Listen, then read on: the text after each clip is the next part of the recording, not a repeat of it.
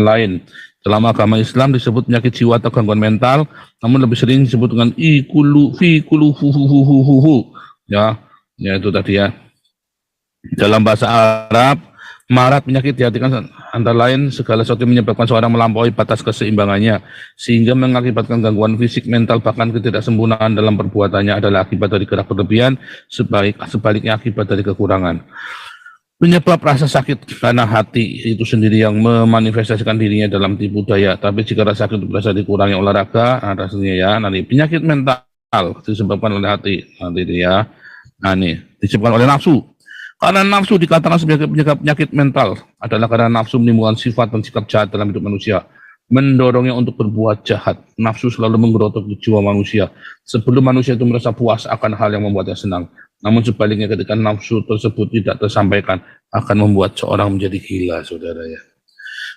Ya, nafsu pengen berjima, saudara ya. Makanya istrinya sampai 23, saudara ya. Saya istrinya satu aja nggak bisa habis. Ini 23, saudara. Dijima terus, saudara ya. Itu 23 Anda bayangin ya. Jadi kalau istrinya 23 itu pertanda sakit jiwa, saudara. Nah hari ini terjadi penutupan gereja lagi. Waduh sudah terlalu banyak ini, harusnya Pak Santi Amer dengan timnya membuat satu koleksi, bikin laporan polisi. Tadi walaupun FKUB sudah setuju ya, sudah apa segala macam, tetap harus lapor polisi. Itu kan bukan delik aduan, tetapi delik hukum. Menghentikan orang beribadah, menghalang-halangi orang beribadah itu delik hukum. Jadi harusnya dibikin pelaporan aja otomatis. Ya. Menurut saya perlu. Oh, ini ada kabar lagi ya, kalau Wawan itu dapat hukuman percobaan 8 bulan ya, saudara ya. Tapi percuma, saudara. Karena Islam itu yang memang memerintahkan Anda, ya kayak si Abdul Somad kemarin ya, dalam khotbahnya kan, termasuk si Habib Rizik. Dalam khotbahnya itu melarang Anda untuk, mendorong Anda untuk jangan mengizinkan ada rumah ibadah lain. Mengapa ya begitu, saudara ya? Mengapa ya? Kenapa nggak boleh ya orang mau ibadah agama lain? Ya. Nah, saudara, channel ini adalah channel untuk mengajar Anda, mendidik Anda supaya waras, saudara ya. Channel untuk mendidik Anda supaya waras, supaya Anda jangan mabuk agama, baik yang Kristen, Islam, Buddha, Hindu, dan segala macam. Tapi terutama orang-orang Islam, karena saya dengar hari ini ada penutupan gereja lagi di Kalimantan ya. Ada penutupan gereja lagi. Kebetulan itu gereja di mana member Galarua sebagai ininya ya, sebagai pengurusnya kalau nggak salah di situ ya. Itu nanti Ibu Liso yang akan memberikan laporannya ya, atau mungkin Pak Santi Amer ya. Tapi Ibu Liso tadi saya diupdate ya, nanti Ibu Liso atau Pak Santi Amer bisa membantu kasih laporannya. Nah, tapi saya mau awali, saudara. Mengapa sih bisa terjadi seperti itu, saudara? Mengapa? Terjadi kekejaman ya. Kalau zaman dulu itu orang Kristen pernah, saudara ya. Saya tidak berkata bahwa hanya orang Islam. Semua agama, saudara. Agama Buddha, Hindu. Hanya kebetulan yang nggak tobat-tobat itu adalah orang Islam. Ya. Kalau orang Kristen itu karena terjadi penyelewengan dari ajarannya. Kalau orang Buddha itu menyeleweng dari ajarannya. Kalau Islam karena mengikuti ajarannya. Itu masalahnya, saudara. Kalau Buddha ya, makanya ada sesekali terjadi ya, seperti di zaman itu ya, kalau Anda tahu legendanya Shaolin Temple itu kan berdarah-darah juga ya. Legenda Shaolin Temple dan waktu di Cina itu ya, orang Buddha itu perang sama orang Tao ya. Nah, terus di Myanmar itu ya, yang Buddha, ada biksu yang bunuhin orang Rohingya itu ya. Tapi orang Rohingya memang kurang ajar ya. Yang kita tidak sangka adalah orang Buddha melakukan itu belum pernah ya, jarang sekali kita dengar. Dan kemudian di India ya, di India juga ada orang-orang Hindu yang marah karena cara melakukan konversi agamanya dengan kurang ajar. Ya. Nah, semua agama itu melewati itu. Ya, Islam ini kan kurang ajar. Nah, lalu ada kesalahpahaman terhadap Islam ini kemudian dipukul rata kepada orang Kristen, kena getahnya orang Kristen, saudara.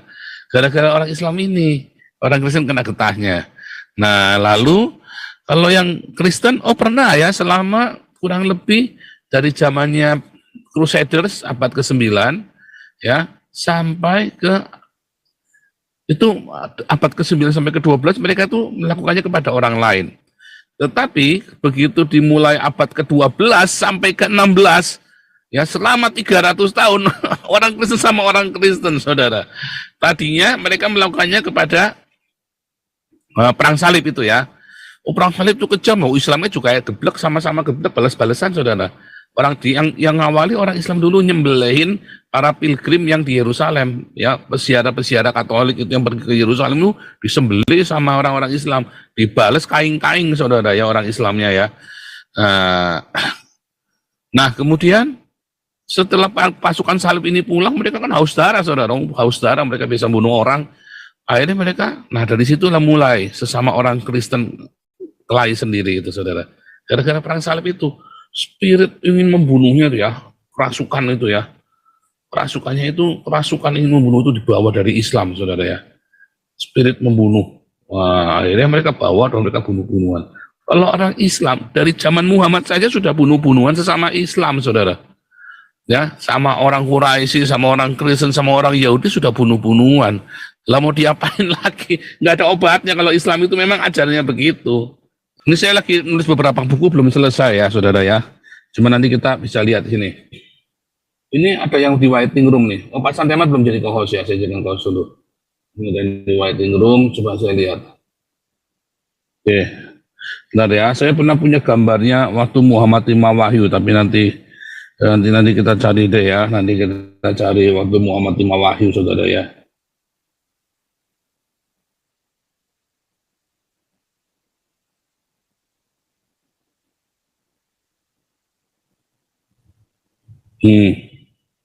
Bentar, nanti kita cari ya. Sambil jalan, nah, kita kembali dulu ini ya. Nafasnya terengah-engah seperti nafas onta, saudara ya. Terus tubuhnya jadi berat. Nah, saudara, kita mengenal nih ya, ini saya ngambil dari orang Islam juga ya. 9 penyebab, ini menurut ya, mana tadi? 9 penyebab orang gila menurut Islam ini ya. Nah, ini dalam psikologi orang gila mengalami masalah kesehatan jiwa dan salah satu klasifikasi gangguan jiwa berat disebabkan oleh faktor saraf, adapun ini disebabkan oleh faktor psikologis, neurosis, psikosis, psikomatis, depresi menurut Islam. Ya, orang yang mengalami gangguan jiwa atau orang gila juga bisa terjadi dalam Islam dan ini disebabkan oleh faktor akhlak yang rendah. Karena akhlaknya rendah, saudara ya. Jadi sakit jiwa yang umum terjadi pada faktor lainnya itu riya, dengki, syirik, nifak, keserakahan, sombong, ya, berenang dan alwan dan lain-lain.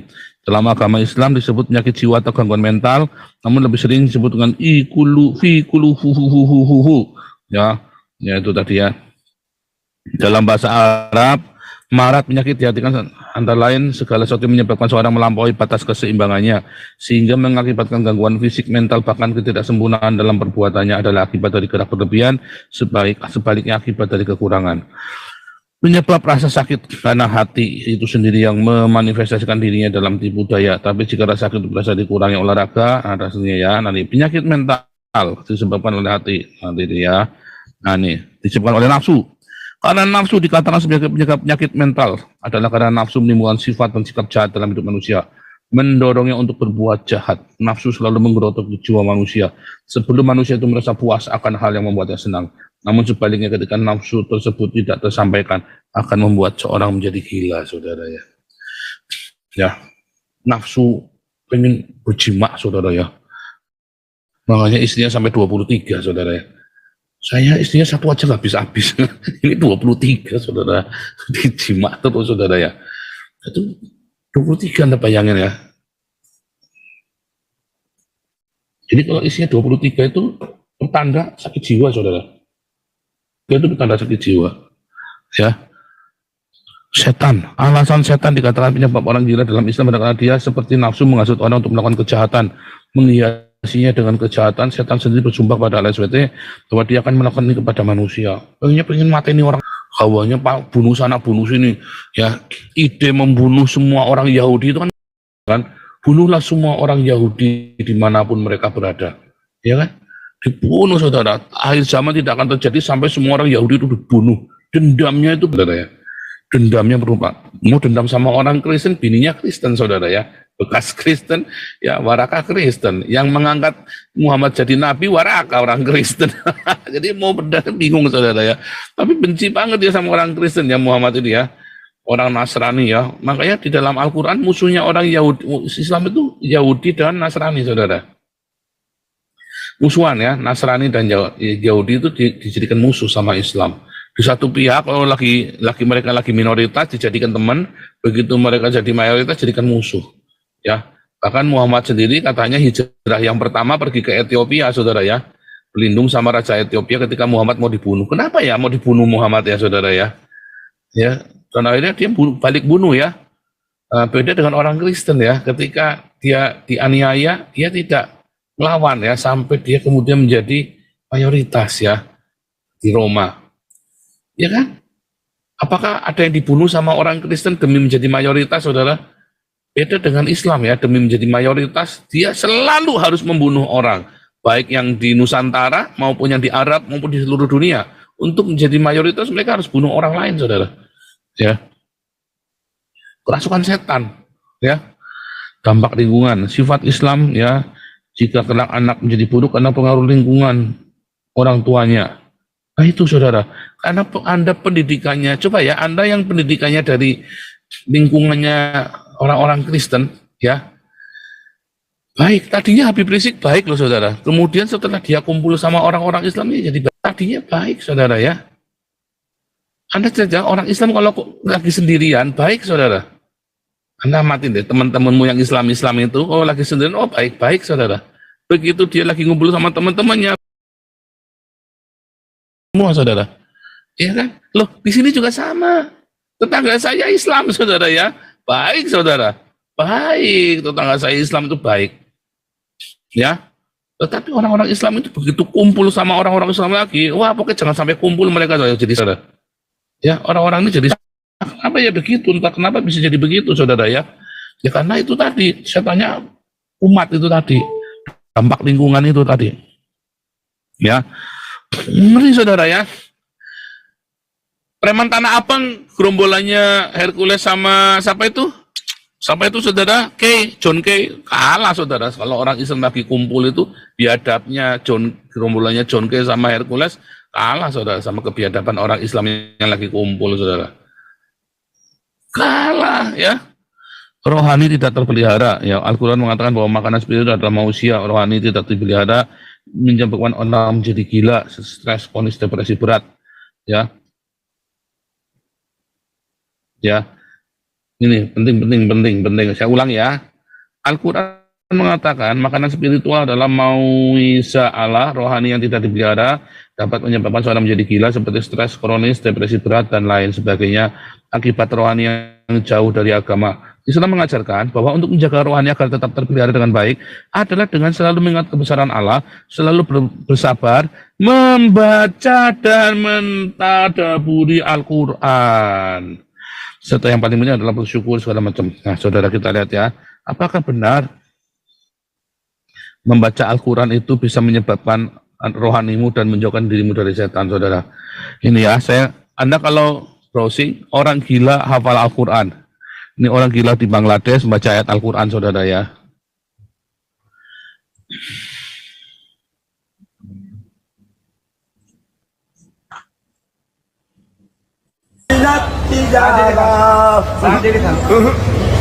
Wallahu khairur raziqin. ভালো করে সাথ দিন। আর কি খাবেন? আল্লাহু লা ইলাহা ইল্লা হুয়াল হাইয়ুল কাইয়ুম। আর কি খাবেন? লা ta'khudhuhu. Ini orang gila saudara ya. Ini orang gila saudara. Sambil baca Al-Quran itu ya, ngatak salin saudara, berisik saudara. Baca Al-Quran itu loh. Ya. Al-Baqarah 255 sampai 257 loh saudara. Hafal Al-Quran loh ini, orang gila ini saudara. Oh, ini orang gila loh saudara. Nah, kita nih lihat lagi ya. Ada lagi saudara ya. Ada lagi. Ya. Nih.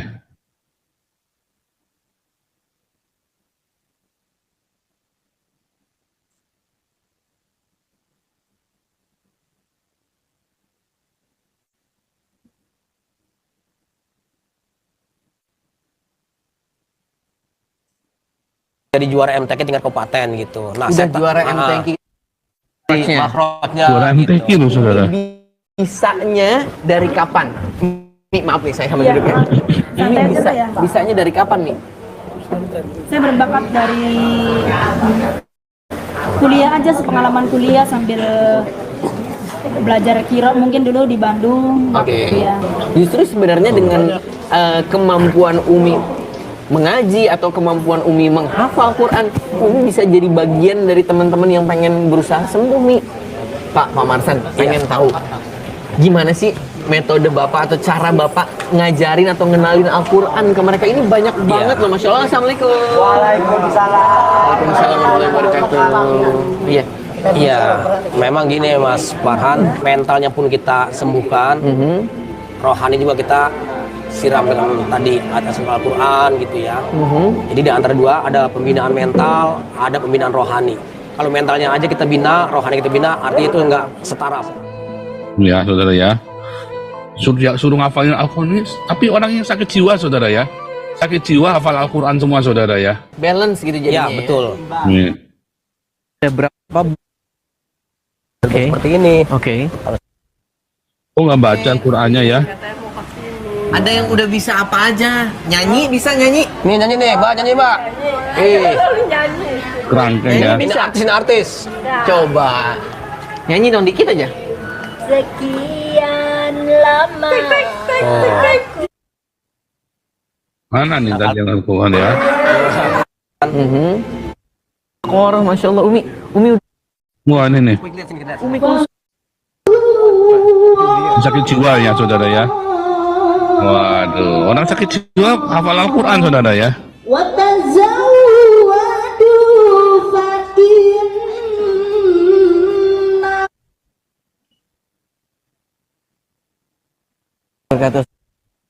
Assalamualaikum Ismi Umi Kulsum. Umi Kulsum, Masya Allah. Sahabat milenial, ini Umi Kulsum. Tadi kita dengar suaranya bagus banget. Umi, maaf pengen nanya dong, pengen ngobrol-ngobrol boleh ya? Umi tadi baca surat apa? Al-Baqarah ayat 197. Masya Allah. Justru pertama kali belajarnya ngedengernya sambil kayak baca-baca, sambil denger-denger lagu-lagu kali ya? Ya dari kecil mungkin sudah diajarin baca Quran. Dari kecil sudah baca Al-Quran ya. Allah, Masya Allah. Umi, Metode pengen Iqra nanya ya. dong, Umi pas pertama kali datang ke sini tuh dari kapan? Saya dari rumah sakit. Ke rumah sakit sampai 5 tahun belum pulang ke rumah sih. 5 tahun lama. Udah 5 tahun di sini. Muter-muter tiap rumah sakit udah singgah. Nah itu ya kemana-mana. saudara ya. Jadi dia itu sakit jiwa baca Al-Quran saudara ya. Masya Allah. Luar katanya saudara ya. Sampai merinding katanya saudara ya. Nah jadi tadi kalau menurut penjelasannya orang tadi, kalau baca Al-Quran nggak bisa sakit jiwa. Tapi kita sudah lihat saudara ya. Tadi ini Umi Kulsum tadi ya, dari kecil baca Al-Quran malah berakhir di rumah sakit jiwa saudara ya. Terus tadi yang orang tua tadi ya, yang pertama tadi ya, sakit jiwa juga saudara ya. Gimana tuh saudara? Ada lagi nggak saudara ya? Orang gila, nah ini. Orang gila hafal Al-Quran. Oh ini apa ini? Bu apa ini? Aduh, Bu dah ini.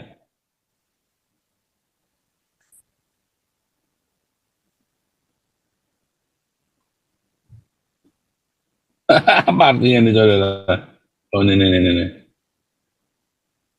الصالحات كانت لهم جنات الفردوس Ya saudara ya. Orang gila hafal Al-Quran, saudara ya. Artinya apakah Al-Quran itu bisa menyembuhkan dia dari kegilaannya? Bukan, saudara. Karena dia hafal Al-Quran jadi gila, saudara. Percaya nggak, saudara? Karena dia hafal Al-Quran, maka dia jadi gila, saudara. Ya, ini ada yang bilang nih, efek of satanik. Ya, orang hafal Al-Quran jadi gila. Ya, ini Humanatur bilang ya, efek of. Tapi ini ada yang bilang lagi, oh ini ada, ini ya, ada Jesus Love Me. Terima kasih buat sawerannya nih. Thank you ya buat sawerannya.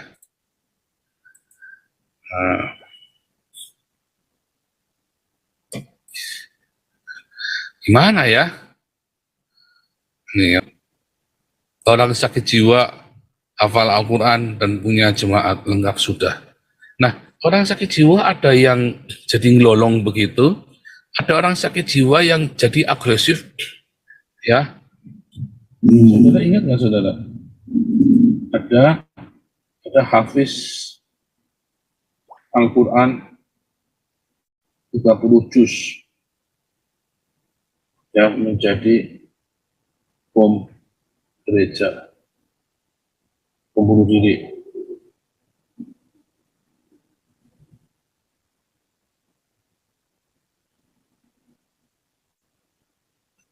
Ingat nggak, saudara?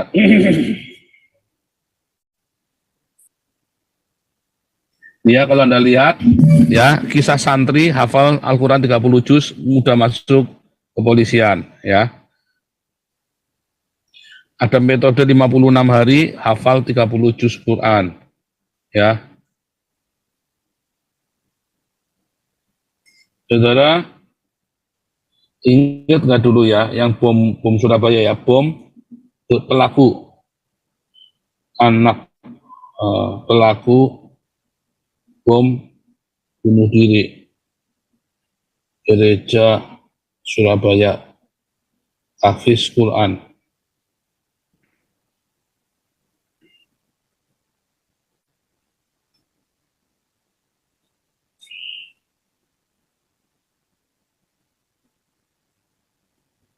Wah, sudah hilang ya, saudara ya.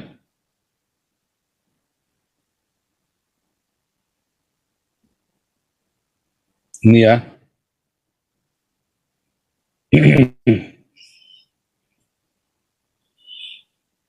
Pelaku bom.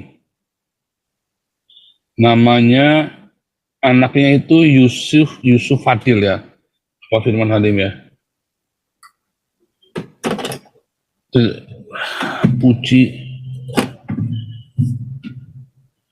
yang hafiz Quran itu kalau nggak salah namanya Firman Halim ya, sebentar ya. Yusuf Fadil atau Firman Halim.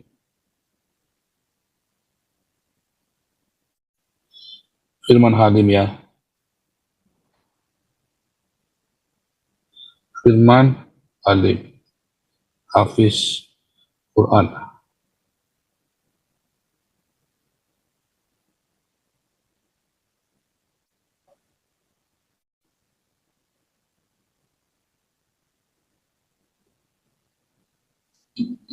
Hafal Al-Quran ya. Hafal Quran 30 juz.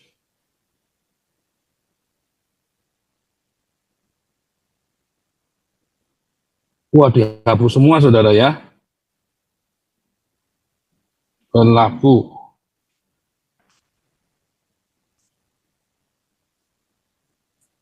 Wah, banyak yang dihapus, saudara ya. Masya Allah, anak perwira polisi di Polda Aceh. Oh ini nih ya, ini ketemu nih, saudara ya. Ketemu nih.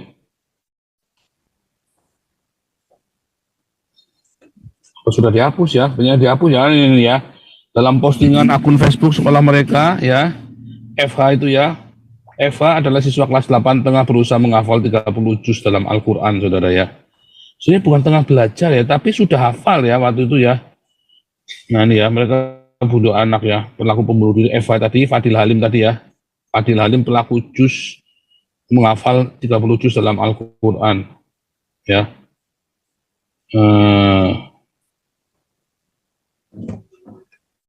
Sorry ya, saudara ya. Coba ya, Eva. Kita coba ya, FH. FH, H. Ya, FH, pelaku. Bom, bunuh diri. Surabaya, hafal Al-Quran.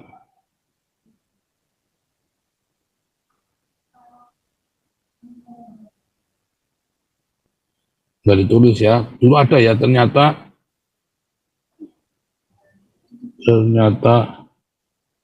anak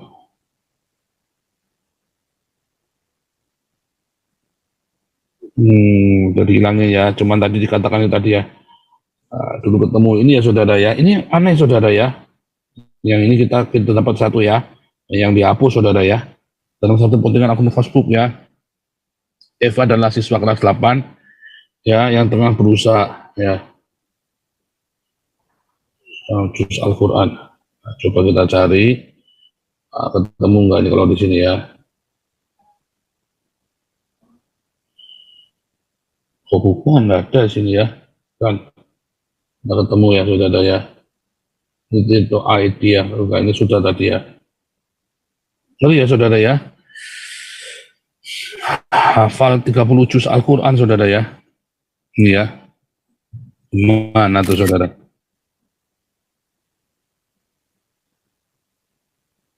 Nah itu aja ketemu deh ya. Gimana tuh saudara kalau begitu? Wah ini puji hati-hati masih hafal Fatihah, hati-hati nanti nanti ngebom di WC. Aduh. Dan rata-rata pelaku-pelaku bom itu, teror itu hafal Al-Quran loh saudara. Ya, persentase pelaku terorisme yang hafal Al-Quran itu lebih banyak daripada yang tidak hafal Al-Quran. Serius saudara. Ya,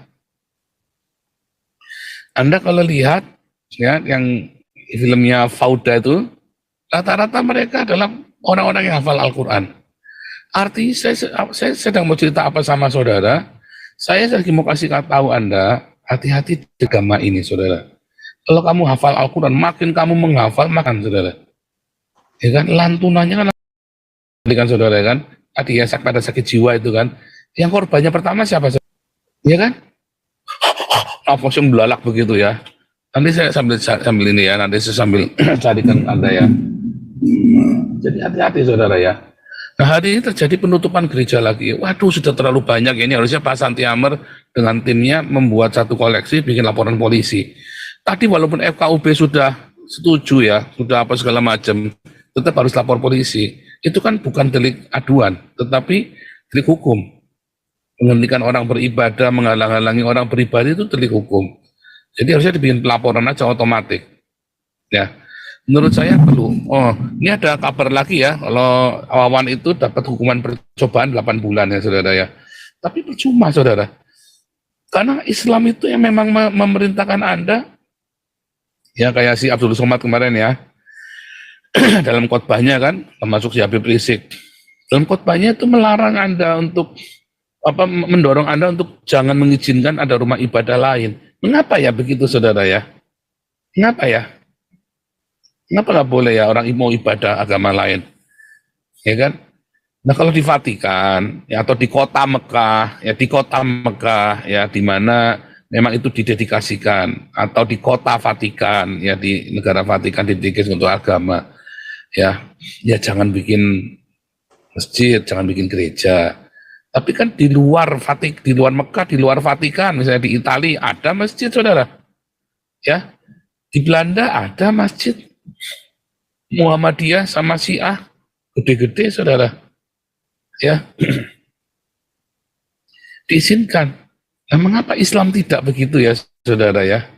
Dan kalau Anda lihat semua YouTuber Islam ini adalah pendukung yang tidak membolehkan adanya gereja. Dan mereka ya, saya sudah bahas bolak-balik ya. Kenapa Hani Christian, Agustan, ya dan semua orang-orang mu'alaf ini waktu jadi Kristen mereka baik loh saudara. Begitu jadi Islam mereka kejam. Ya kan? Mengapa bisa begitu saudara? Ngeri ya. Nah, ini ada Humanatur nih. Tiap sore anak-anak kecil berbondong-bondong pergi ngaji lalu jadi kejam, saudara. Jadi kejam. Kalau di filmnya propagandanya kan nyiblorong, siapa cundel bolong, ada apalagi itu ya, kalau dengar suara azan itu kan klojot-klojot kan, saudara kan. Tapi Anda lihat tadi ya, orang-orang gilanya tadi kerasukan setan itu kan, bisa pada ngaji loh, saudara. Kalau saya masih penasaran ya, judulnya ada ya. Pernah saya taruh di Facebook saya, tapi terus dihapus, saudara ya. Dihapus sama itu ya, sama Facebook dulu ya. Ngajar ya, saudara ya. Dihapus. Udah, nanti saya sampaikan satu-satu. Sepertinya saya masih punya semua foto-fotonya ya. Ngeri ya, saudara ya. Ngeri. Oke, mungkin Pak Santiaman mau kasih laporan dulu yang dari ini, Pak Santiaman tadi dari GPI itu anggota kita. Silakan. Kau bilang kau menang debat, lawan domba yang sesat. Kau bilang banyak yang tobat.